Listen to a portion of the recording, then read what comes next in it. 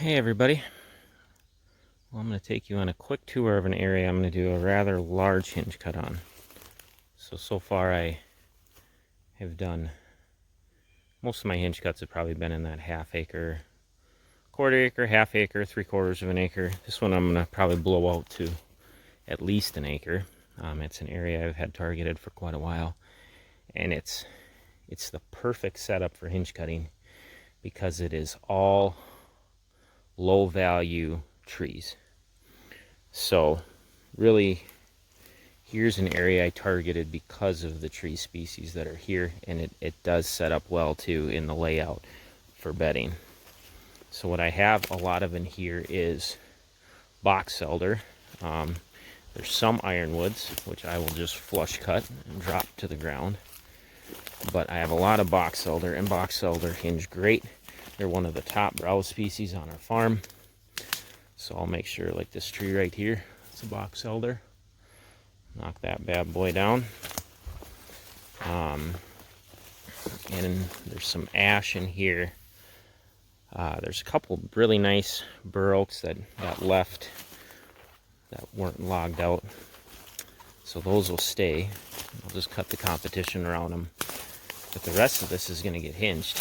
And it's going to get hinged because it's low value junk, basically. You can see this downfall in here is just some treetops from the logging. But I'm starting to get some sunlight in. But once I knock down, like, there's a really junky box elder, I'll knock that down. There's a maple there, I'll knock that down. Lots of box elder. There's some ash. I even noticed a couple cherry, which I probably won't cut. But I'm going to completely transform this area with hinge cutting. And I mean, you can see there's just tons of box elder. There's an ash. This is all going to get cut, and it looks, I mean, kind of thick right now, but it is wide open once the leaves drop and the forbs lay flat. So going to be doing a lot of cutting in here. Probably take 2 to 3 days to do what I want to do in here, but I will make sure to check back in when I'm done. All right, the hinge cut is done. Took me about a little over 2 days to do. And it is definitely the biggest hinge cut I've done on the farm, and there's spots I can add to it in the years ahead, but I'm going to call it good for this year. So I'm just going to show you the entrance here. So right where the side-by-side is, we have a deer stand, and that's a big egg field right behind it. We got a strip of beans here. As you can see, they're getting hit pretty hard. These ones got a little weedy. Most of our beans are actually pretty clean, but still, the beans are plenty tall.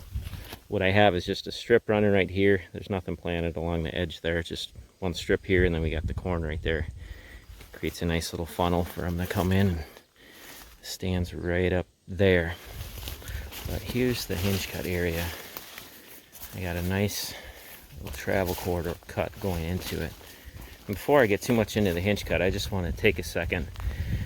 When I do these videos, I use a lot of terms I throw out there, like side cover, overhead canopy, bedding logs, those types of things. And just wanted to say those are not things I came up with on my own.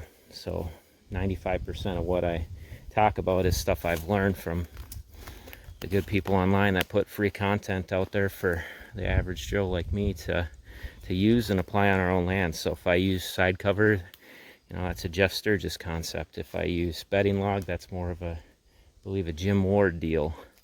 Overhead canopy, I've heard Jake Eliner and Jim Brocker use that quite a bit. Yeah, there's a whole bunch of other ones out there.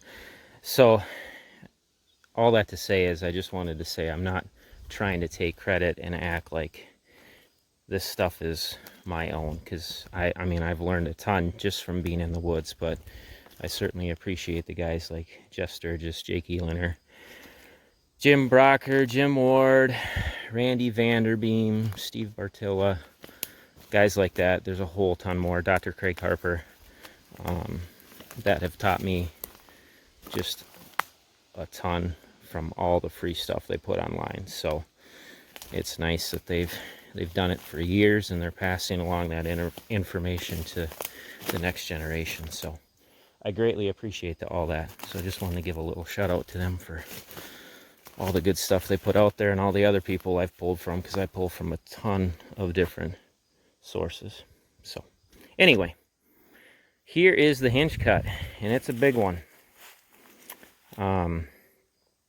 Yeah, I cut for 2 pretty long days to do this one, and it was a great spot to do it because, like I said in the intro, there was the perfect trees here, and there's a few oaks I was able to release. You can see a couple of beautiful bur oaks right here, and I just went at it with a chainsaw. So I'll take you around. There's a lot to this one, so I'm not even, it would take me 20-25 minutes to show you everything. I got all kinds of cool little bedding spots tucked up into this hinge cut. I'll take you through one spot right here. So right there's just kind of a natural little bed. Again, when I set the beds up, I do what others have said to do and make plenty of escapes, and the deer inevitably end up using them. I've got another spot back up in here. Good log, good overhead canopy. Now there's that whole debate with side cover versus overhead canopy. Another spot right there. I do both. There's plenty of side cover in here. And once I get into the interior of my hinge cut, I definitely tend to hinge a little bit higher. But more on the exterior, I hinge a little lower. And you know what? They bed in both spots, but I can tell you, when I give them a nice overhead canopy, they seem to really like it. And you know, some guys are like, they only use it in the summer, or maybe in the winter. If there's a heavy snow, they'll tuck under it. I check these beds right after the rut, because we're pretty much done hunting by then.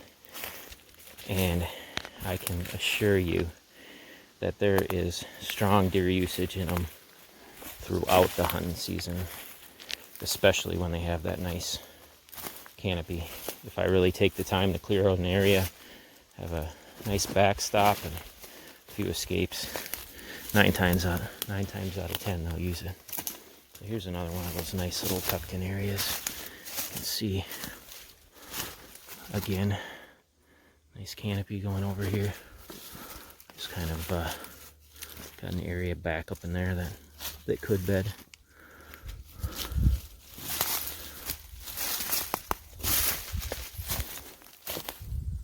Here's kind of the central hub of all this.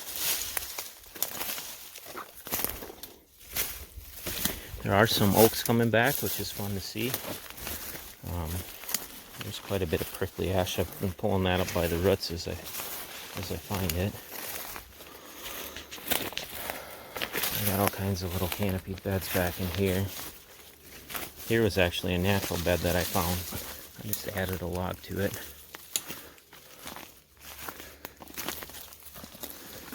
Right there. That was a natural bed looking out that way. So I threw a log on that one, and I got more bedding back up through there. So this one is loaded with bedding options. Cut through here, another canopied area. There's an escape. It's kind of tough to see, but it's plenty easy for a deer to kick out that way. Another big oak right there that I freed up. There's a bed right underneath that. Good bed back in here.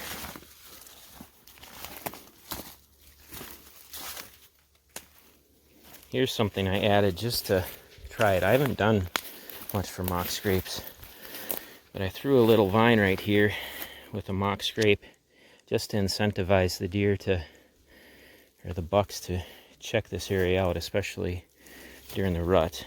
So put it at about this part right here. Is at about belly button high, and took your grapevine and cinched it up to that tree right there. I did a couple other ones today. They were probably 4 or 5 foot vines. This was just a little piece I had left over, and thought, what the heck, we'll throw it up and see if they hit it. So normally when you do mock scrapes, you want to put them near a bow stand, you know, within bow range. It's one of those things you can put out there and just get the deer to stop, give yourself a shot. Right there, that stump was full of hornets yesterday.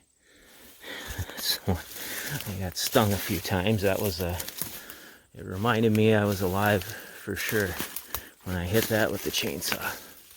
So here's another just kind of open area. There's guys that have talked about it, just having kind of these open spots.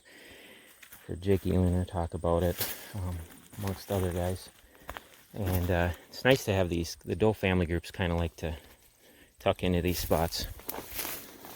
Sorry, this is going to be a longer video. There's just a lot to this one. Another spot where I got a little bed with the escape looking out back.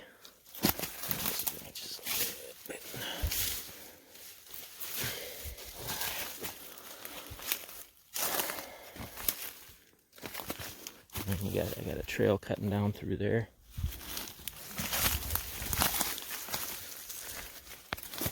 So I'm always looking for those flatter spots. Jim Ward talks about that a lot. I want to find those nice flat spots when you're setting up bedding. So there's a little topography here. I just kind of look for those high spots to put the bedding. And here's a nice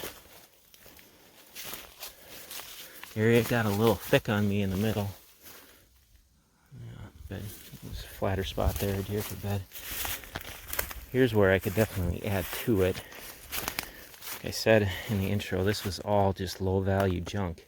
I mean, it's ash, box elder, elm, a little bit of maple, and if there was an oak, I released it instead of cutting it down because we took quite a few bur oaks out of here. There's still quite a few left. I got a little bed tucked back in here. On would want a bed. Oh, thought I heard a deer just get up. I've been monkeying around in here today, so I don't think there'd be a deer bedded in there. Here's a bed I got set up right here. I'll escape picking out this way.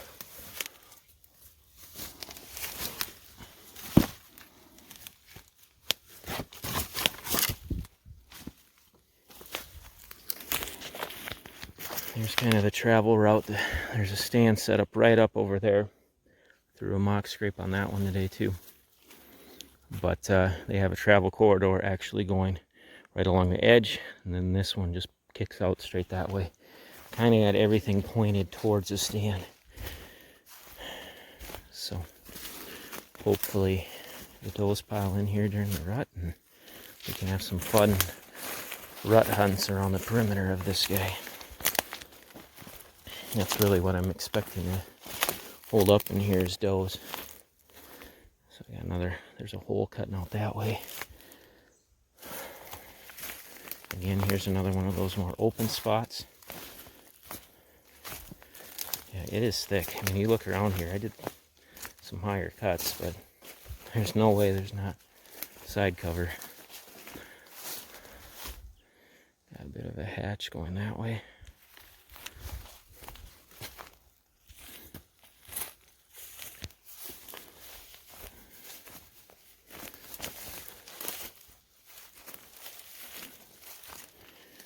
This whole thing will really blow up with vegetation. I mean, you look up, it's wide open sky pretty much around the whole thing.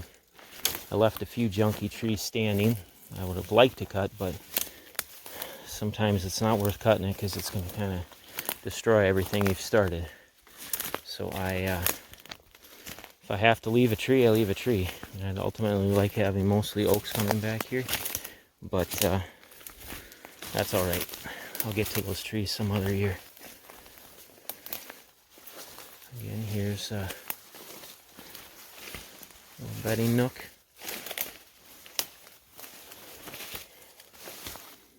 Back up in there. See these box elders, boy, they hinge nice. And this area already looks kind of thick. but I can assure you, once the leaves fall off, it was holding very few deer. There maybe be a doe and a couple fawns that would hold up in here, but not a whole lot else. So it's good to do this stuff. Set it up for good hunting in the future. All right, now we're getting towards the edge, so I do have more bedding kind of tucked up through there, but we'll leave that be for now. Actually, there's quite a few more spots I didn't show you. So that was the Hinge-Cut. I'll make sure to do a follow-up post-season, and yeah, we'll see how this plays out during hunting season. I'm excited about it for sure. All right, y'all take care. God bless.